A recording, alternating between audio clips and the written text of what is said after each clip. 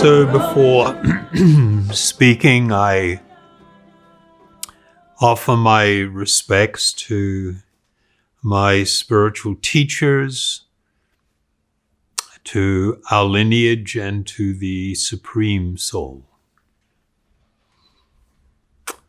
Om Agnatimarandasya Gnajana Salakaya Chaksuru Militan Yena Tasmai Sri Guruve Namah. Bhaja Sri Krishna Chaitanya Prabhu Nityananda Sri Advaita Gadadhar Sri Vasadi Gaur Bhakta-vrinda. Hey Krishna Karuna Sindhu Dinabandhu Jagatpate Gopisha Gopika Kanta Radha Kanta Namostate. Om Namo Bhagavate Vasudevaya. Haribol. So, the topic for tonight. We are what we tweet. I don't know, I probably a lot of people have or are somewhat familiar with it's actually considered by some to be like a proverb. The saying, you are what you eat. This is a relatively new idea.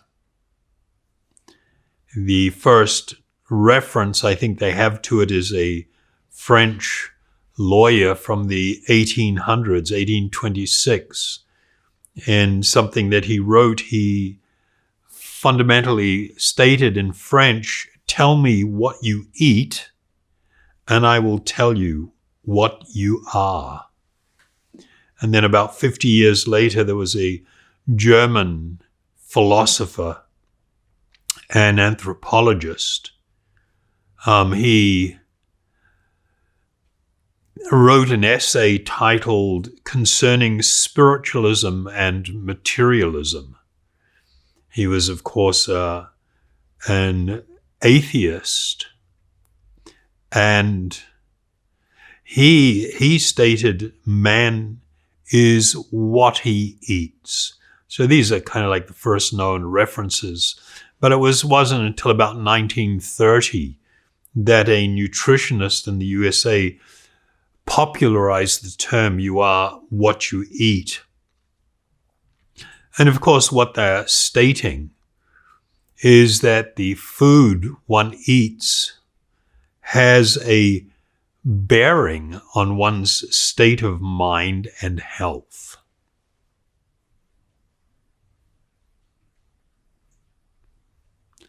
A lot of people may have some difficulty sort of like, okay, I can understand, yeah, it has an effect on your health, no doubt, but your state of mind. And the answer is yes, even your state of mind. You know, we have it in the past mentioned about the operative states of material nature. The yogis and in the Vedas, they speak about these three states of existence within the material world. And they referred to them as, in Sanskrit, Sattva Guna, Rajaguna, and Tamaguna, which can be translated as the mode of goodness, the mode of passion, and the mode of ignorance. So each of these states were identified by certain characteristics. A person that is predominantly influenced by the mode of goodness, for instance, is generally more peaceful, not kind of agitated, and they have an attraction for nature, for quietness. They are often characterized as living in a quite happy state of mind, where things are quite calm and pleasant for them. The mode of passion goes along with so much of the world that we are familiar with today. Almost all creative things are spurred by this mode of passion. The desire to excel, like for athletes to do extraordinarily well. You know, they have a certain state of consciousness and they're really passionate, they say, about, what they're doing. Similarly, people that are very creative artists become very passionate about what they're doing also, and are capable of exerting enormous effort to achieve things. The Vedas tell us that practically all cities are built under the influence of the mode of passion. There is a downside to the mode of passion, and that's the tendency towards feeling frustrated, and often what goes with that is anger. And then you have the mode of ignorance. The mode of ignorance is characterized by, at least, the main things you can associate with: laziness, slothfulness, lethargy, as they say, sleepiness, and all states of intoxication. And it is said that many people that are suffering under the influence of, not all, but certain categories of mental health issues, particularly those things associated with depression, are under the influence of this mode of passion. And so in the Bhagavad Gita, for instance, it describes categories of food that actually have these, or induce this kind of state within the body and the mind. This is a case of where one's physiology influences their psychology. But the other way is also, to be seen, where a person's psychology begins to affect their physiology or their physical being. And that's kind of what we wanted to sort of like deal with today. So in tonight's talk, just as the people that I previously mentioned said that they could pretty much predict what a person's health is going to be like based upon what they eat, in a similar manner, a person's mental state, but more importantly, their spiritual state, can also be predicted by the nature of how they communicate. And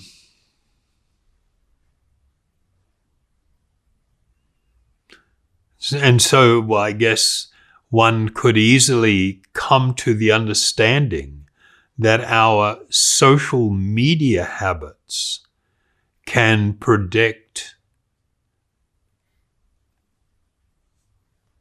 our mental states and also our spiritual condition.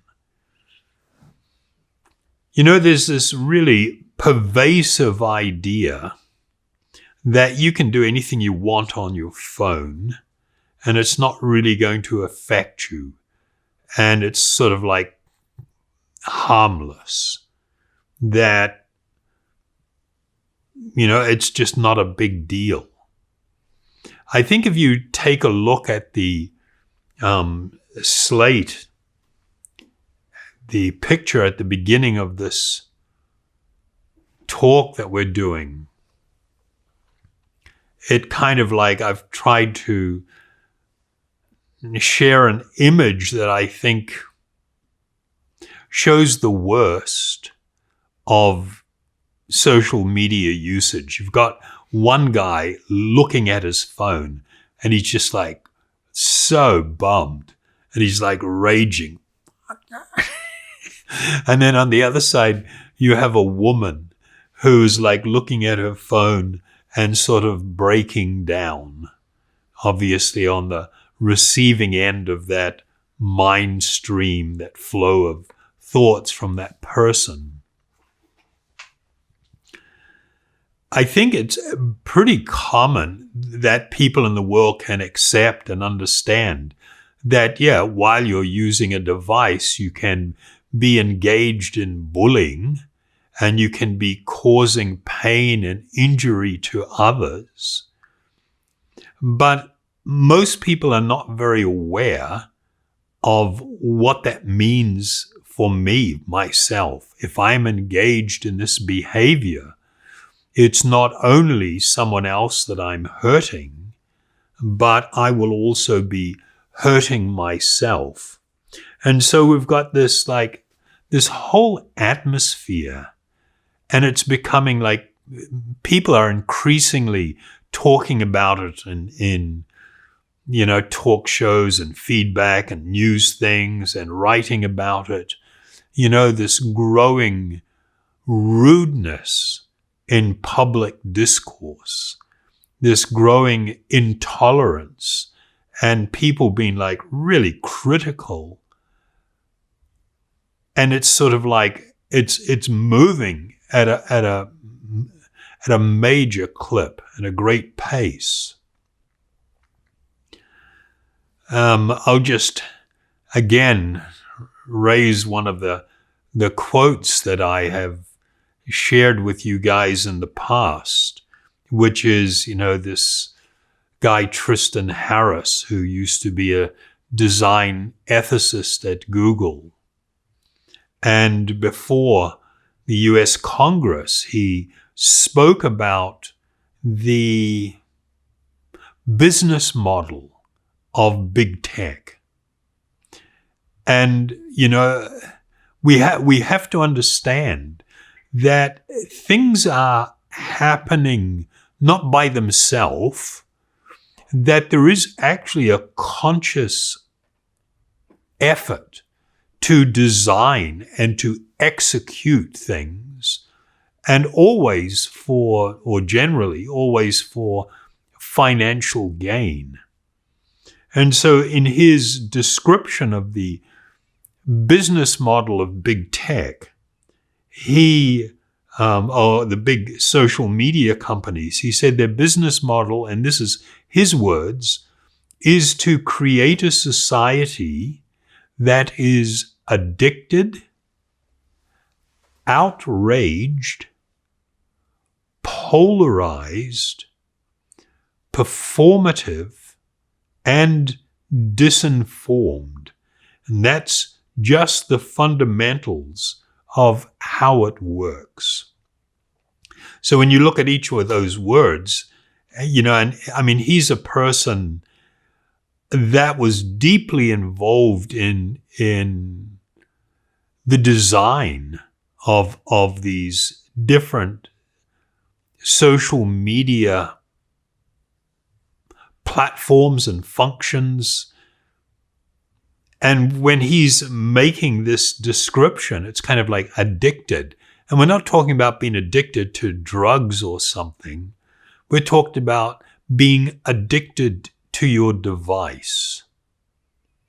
You know, the mere fact that you have so much trouble just turning it off and putting it away for 4 hours, even 1 hour, probably even for 30 minutes. It's like people have got to this point where they're constantly on it, even while they're doing other things. They're constantly glancing, constantly checking. It's like you can't separate yourself from it. And you have to understand that these companies have actually really studied addiction and addictive personalities, and what are the triggers that can make it so a person develops this tendency towards being addictive. And that those tools are utilized on you and on me. Then you've got outraged. And it's like, you know, we were talking about the modes of goodness, passion, and ignorance. You know, the mode of goodness is all calm and peaceful and sweet and nice. Then you've got outrage. People just going off, you know, gesturing and shouting at each other, you know, outrage.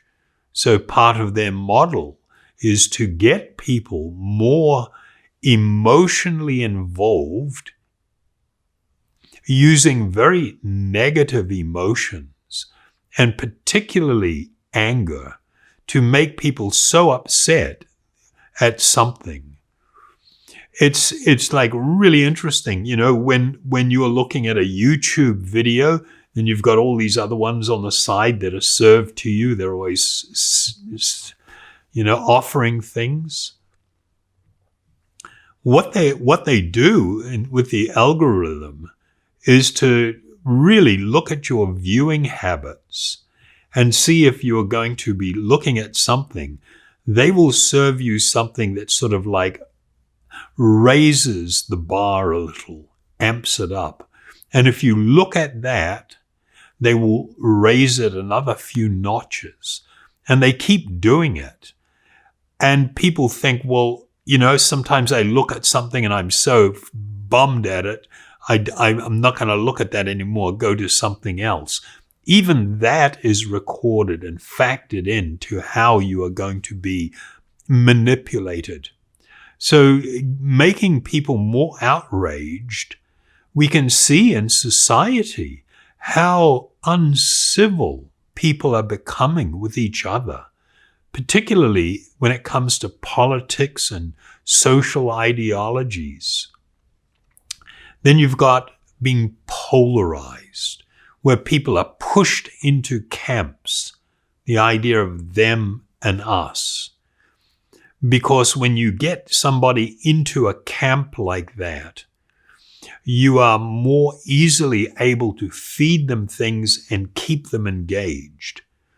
Performative. I mean, this is like the essence of TikTok, where you're going to dance or do something completely ridiculous, do something completely stupid, and just blast it out there and look at the responses. Do you get likes on this? Are you going to get thumbs ups? Are you going to get people upset? Are you going to start raging at you? You know, people are looking for different types of responses, but the idea is of always doing something, and it just like really causes me such sadness to see somebody trying to do something simple like take a picture. And you can't just take a picture. You know, you've got to do 3, 4, 8, 10. Let's try this one. Go, one more. We'll just try it like this. Okay, ready? Go, yeah. Okay, that's the one. And sending it out, where you have to work so hard to create an image that you're going to send out, whether it's, the beauty thing or the cool thing or the shocking thing or the disgusting thing, just like on Jackass type stuff where people do just outrageous stuff because they know that they're going to get reactions. This is what it means to be performative. And the last one, disinformed, where you're not going to be able to think straight as a result of all this engagement. So, the effect that it has on people, I think, was really captured in a Wall Street Journal report where they were writing about Facebook, and they said Facebook has known for years that Instagram was mass producing anxiety, depression, eating disorders amongst teen girls who use it. And Facebook did nothing about it. That's because giving teens eating disorders is very profitable. As Casey Johnson writes, these companies know that it is addictive to make people think that somewhere in their app there's a solution to their feeling inferior and incomplete. The influencer who makes you feel not pretty enough, who also seems to have the key to becoming pretty enough. That's Instagram candy. I mean, that's scathing. And yet nobody's outraged. Nobody's sort of like seeking to do much about it. Not really. Not the powers that be.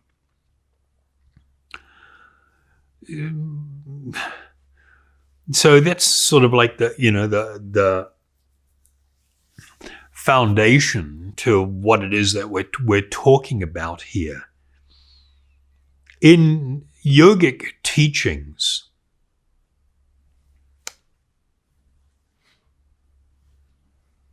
there is this understanding that we will be deeply influenced by our thoughts and by our speech.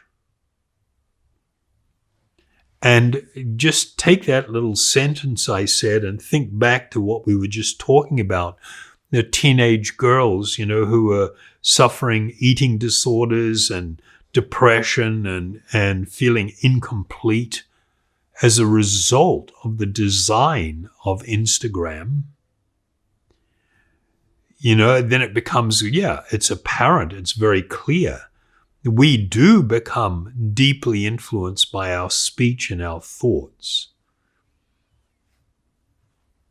There's just so much harmful and damaging and hurtful activity on social media.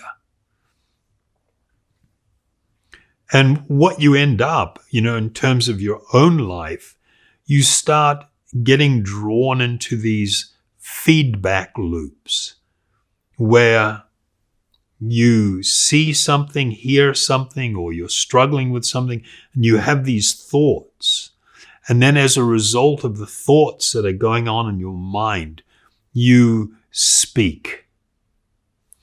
And particularly when that speech is harmful or aggressive, when it is critical, when, you really actually seek to be hurtful in your speech, then that speech ends up really affecting your own mind, your own state of consciousness. And it begins reinforcing, and you begin this feedback cycle. And because of that, you will see that people who, before becoming active, for instance, on social media, were really outgoing and everything, and then after a year of engagement, heavy engagement on social media, people that previously knew them will think, oh my God, what happened to that person? You know, how did they get into that state? With the yogic process, they tell us, the great spiritual teachers, that sound vibration it's really critical to pay attention to the effects and influence of sound vibration. They describe that there are two types of sound vibration: material sound and spiritual sound. Material sound produces the effect of what they describe as material entanglement.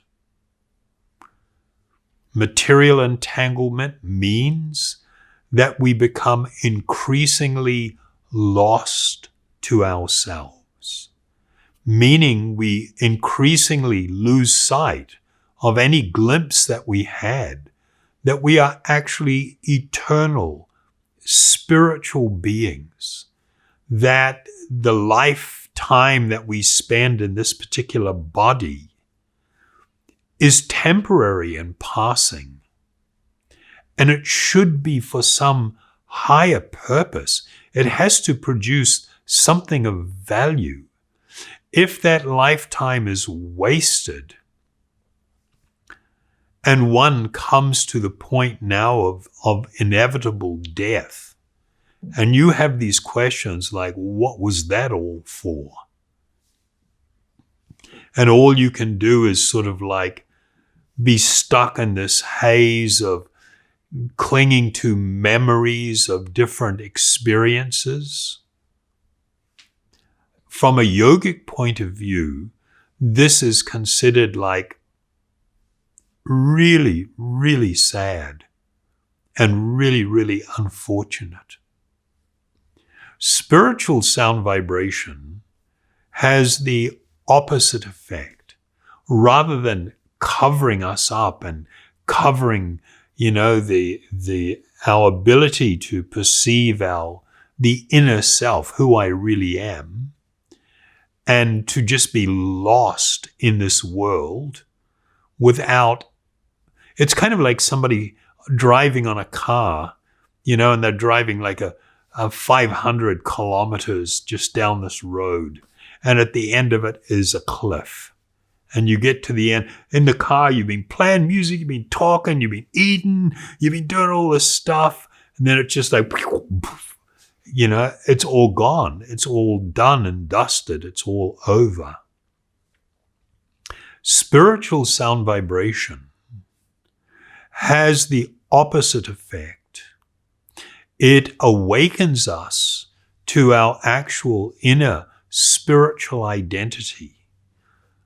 The perception or the awakening to this reality that I am an eternal spiritual being becomes increasingly pronounced, and I will begin to contemplate upon a more purposeful existence. I will, instead of just being frivolous and wasting my life and time, I begin to think about how can I best utilize this opportunity, the opportunity of human life.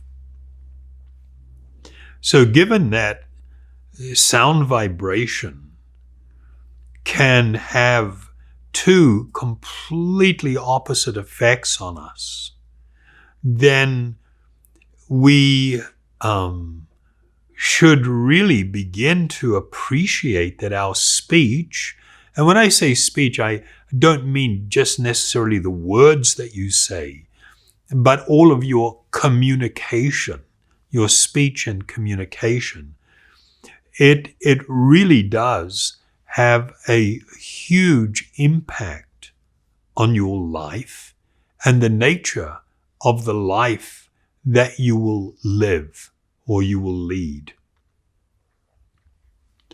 Within all of the yoga systems, the different schools of yogic teaching and spiritual practice, there was always this major emphasis on the need to exercise control of the tongue.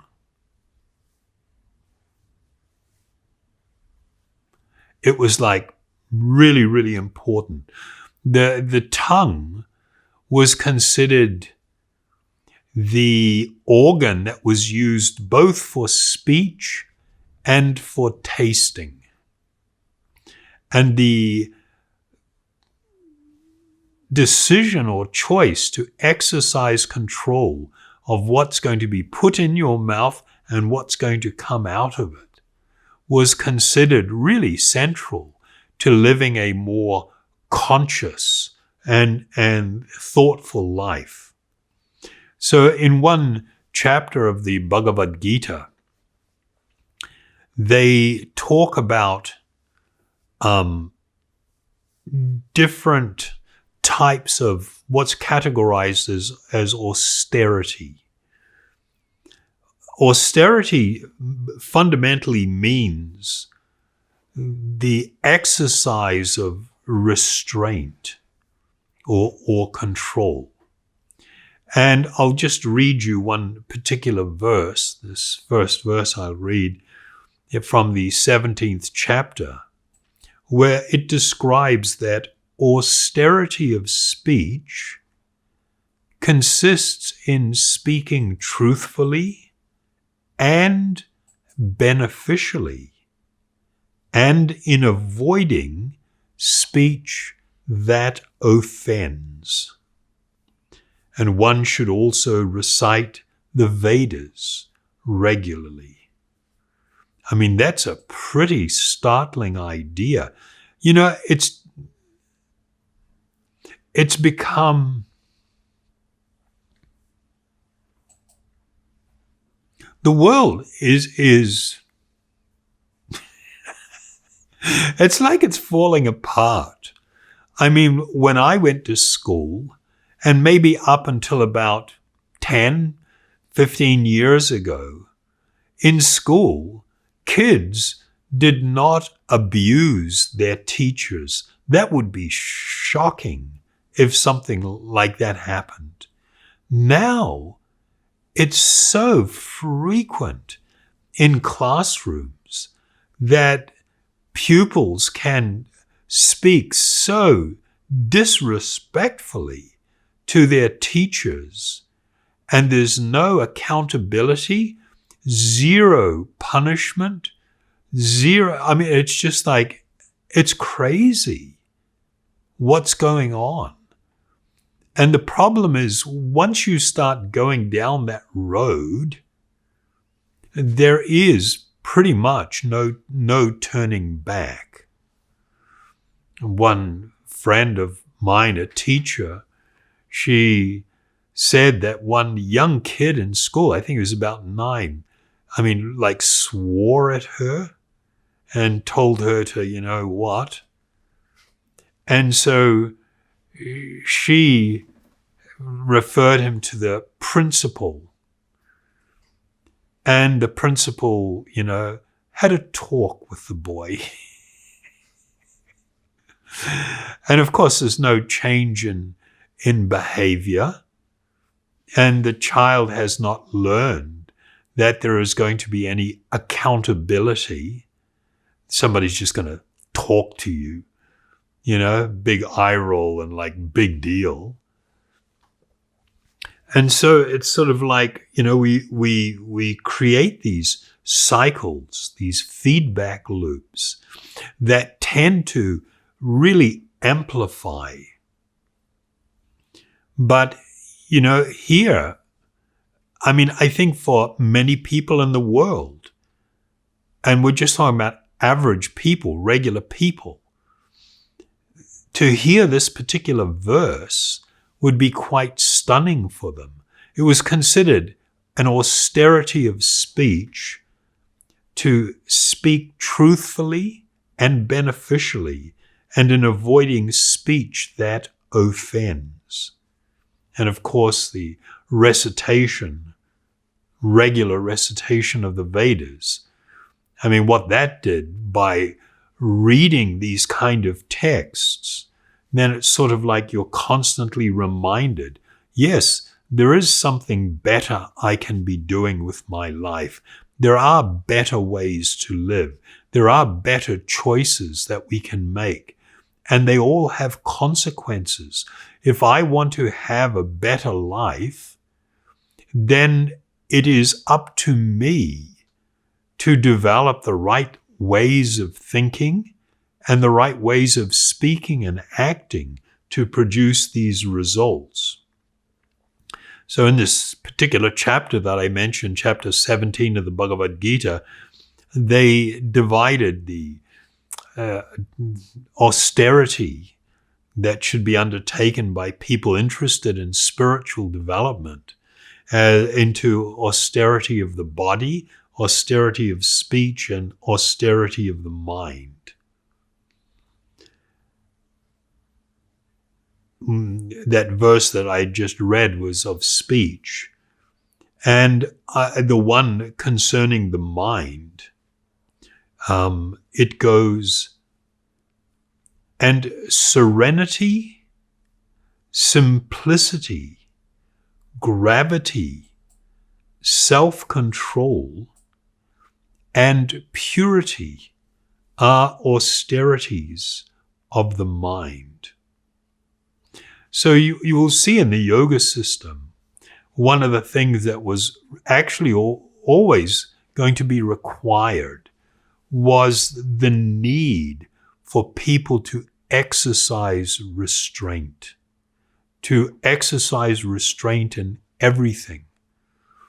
Unfortunately, modern advertising promotes just the opposite, and modern culture promotes just the opposite. The more crazy, the more outrageous you can be, the more of a daredevil, the more of a risk taker, the more that you can consume, the more of an interesting and admirable person that you are. Whereas in the spiritual cultures, just the opposite is being taught and promoted. I've made those two quotes from the Bhagavad Gita, but it wasn't just in the Bhagavad Gita. I mean, even Patanjali in the Yoga Sutra, he spoke of two categories of restraint. He refers to them as yama and niyama. Yama had to do with, following regulative principles that regulate your life. So it keeps you on a certain course. But the niyamas were categorized as like observances, things that you incorporate into your life. So Patanjali states the niyamas or observances are internal and external purity, contentment, acceptance of austerity, the recitation of sacred mantras, and the study of Vedic texts, and complete devotion and surrender to God. So this was what he promoted as being what someone needs to do if they are going to succeed in acquiring spiritual enlightenment and becoming happy. It was always being taught that if a person wants to become happy, they must first become peaceful.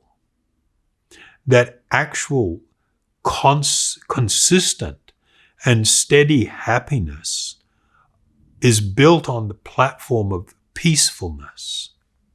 And when I use that word peacefulness, it's like, oh my God, this is just the opposite to what we read earlier.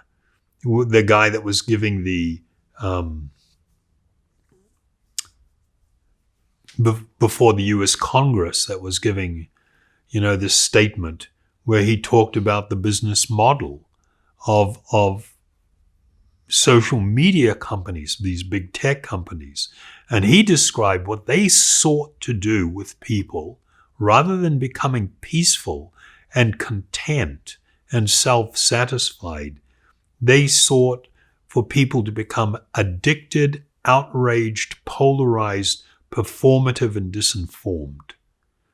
I mean, how opposite is that to being peaceful and to be content, to practice simplicity, to be grave.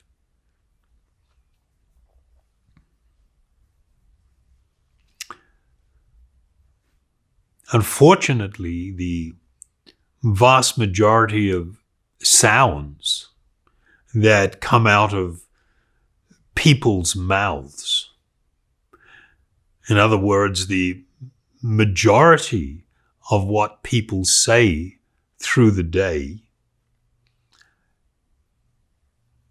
if we think about it from a spiritual perspective, it's going to be categorized as either unnecessary, useless, or downright damaging to oneself or others. And of course, examples of this are, gossiping and rumor mongering and fault finding.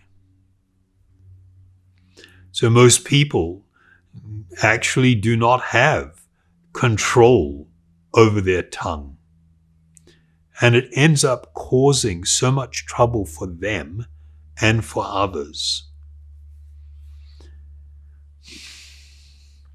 This is something I've said before in the mindfulness and meditation programs that we run.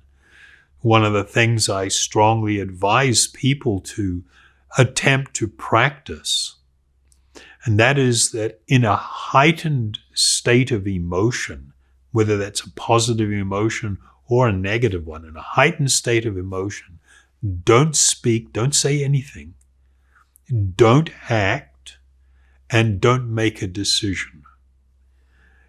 Invariably, you will see that in a heightened state of emotions, your speech, your choices of what you're going to do, and the actions that you take will be regrettable. They don't help you in your life. They actually go in the opposite direction. One of our great spiritual preceptors in our lineage from almost 500 years ago, his name was Raghunath Das Goswami.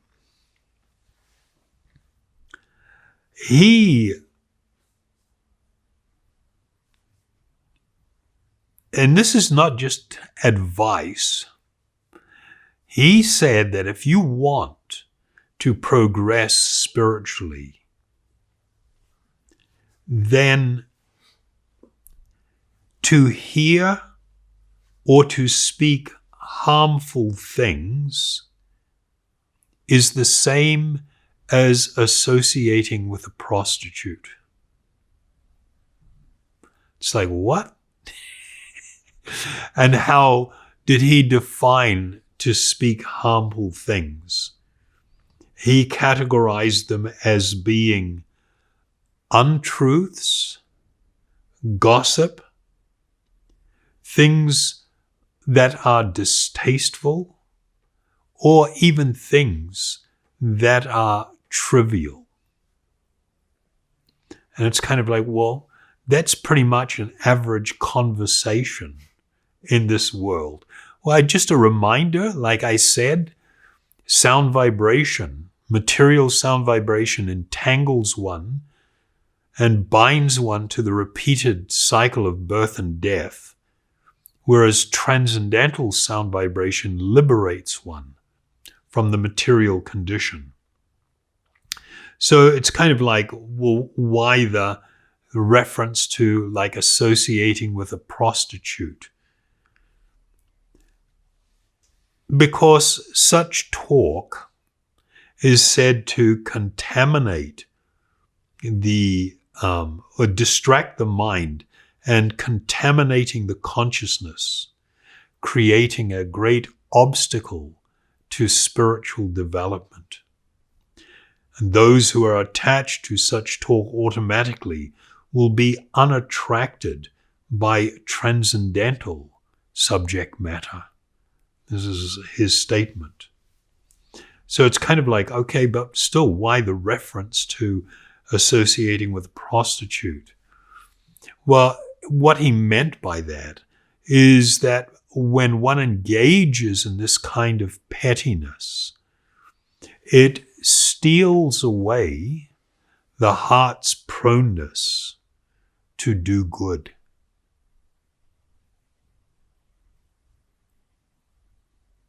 Becomes so much easier to do that which is bad, that which is harmful, and that which is hurtful.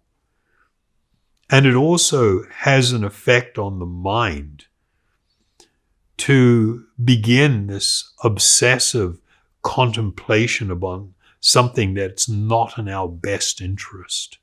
When I say our best interest, I mean the spiritual being. This is really what's going to happen.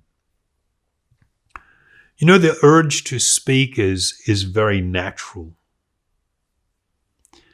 However, this natural urge, it really needs to be controlled so that it brings about the highest physical, mental, and spiritual benefits to the individual speaking, as well as to those who may hear the speech.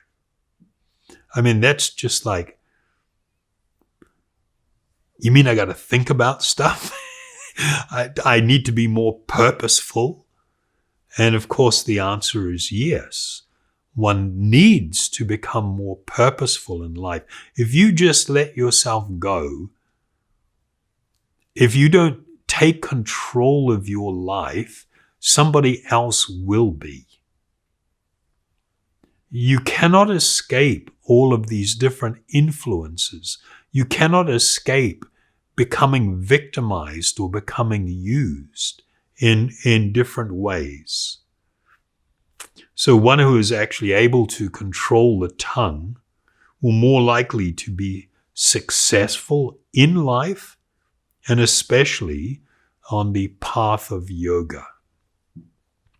And so just revisiting the first verse that we read, and it's just like, my God, it's stunning advice.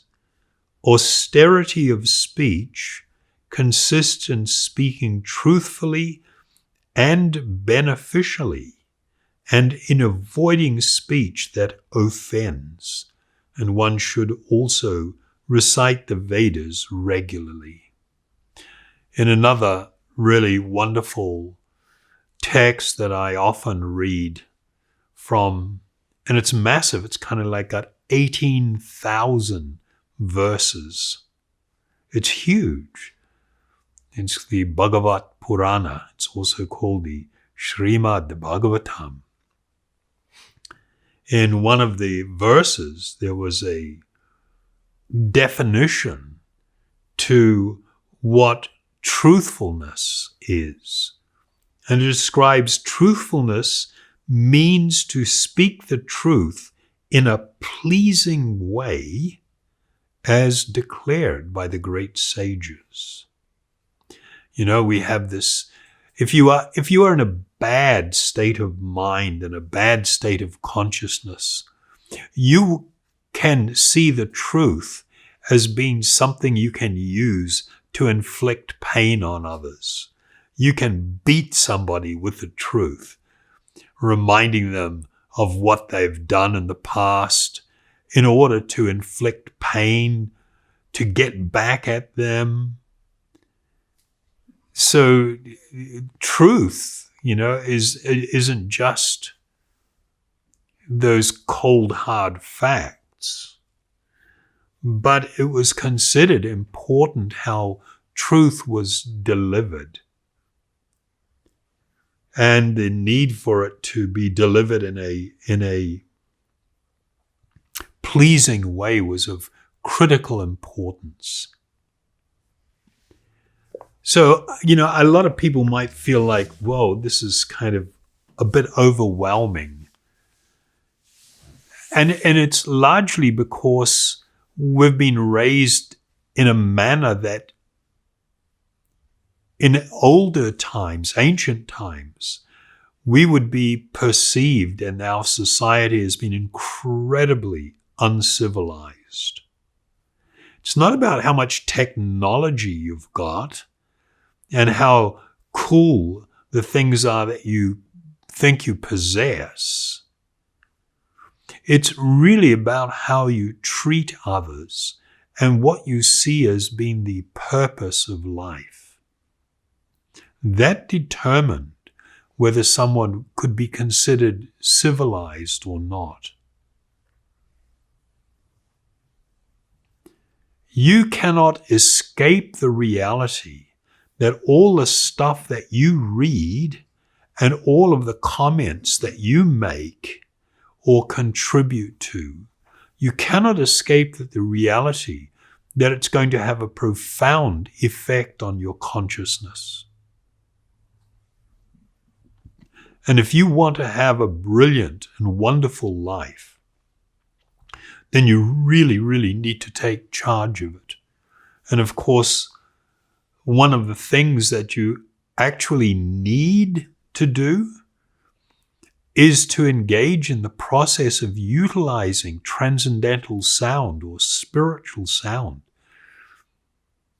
as a means to bring about, a cleansing of the heart and mind, a purification, a lifting of the fog, so we begin to see more clearly. We can more consciously make decisions about what we're going to be doing with our life, how we are going to deal with others, how we are going to conduct relationships, how we're going to relate to this world. And so the daily practice of reciting and meditation transcendental sound, like in japa meditation where you chant mantra using beads, or in kirtan when you sing aloud these sounds.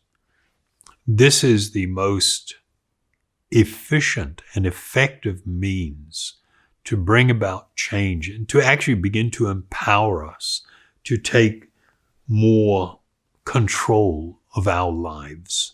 So I'd like to invite you to join me, and we'll have a short kirtan.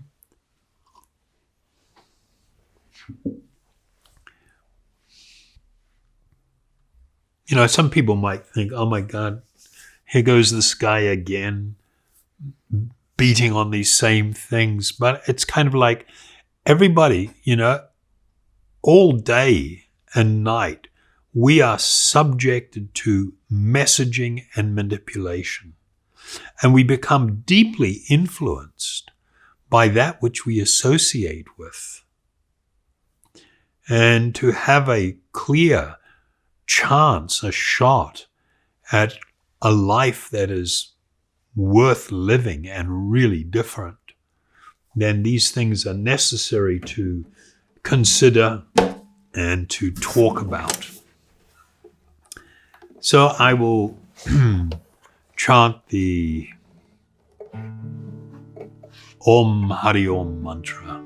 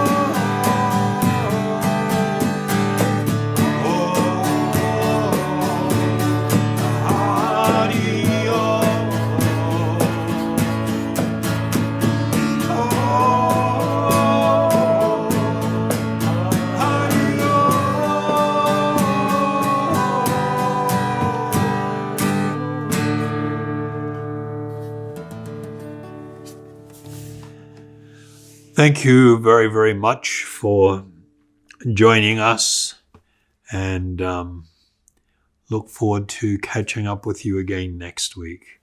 Haribol.